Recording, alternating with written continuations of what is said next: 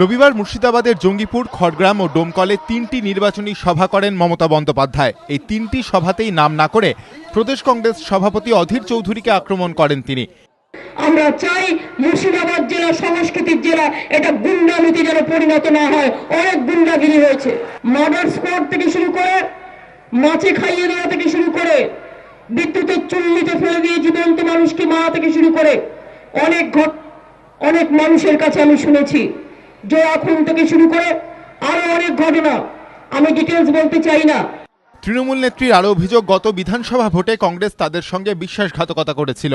লোকসভা ভোটে মুর্শিদাবাদে পরিবর্তনের ডাক দিলেন মমতা বন্দ্যোপাধ্যায়।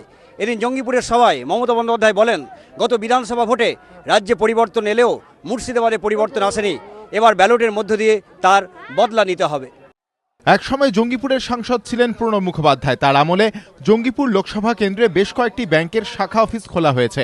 প্রণব পুত্র অভিজিৎ এবারেও জঙ্গিপুরের কংগ্রেস প্রার্থী। নাম না করে তাদেরও এদিন বিধলেন তৃণমূল নেত্রী। ইন্ডাস্ট্রি তৈরি করেছেন, এমনকি বিড়ি শ্রমিক সবচেয়ে বেশি আছে মুর্শিদাবাদ জেলায়। বিড়ি শ্রমিকদের জন্য কটা পরিকল্পনা তৈরি করেছেন।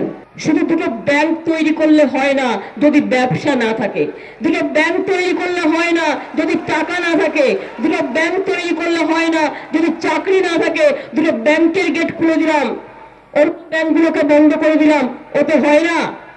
ইন্ডাস্ট্রি তৈরি করতে হয়।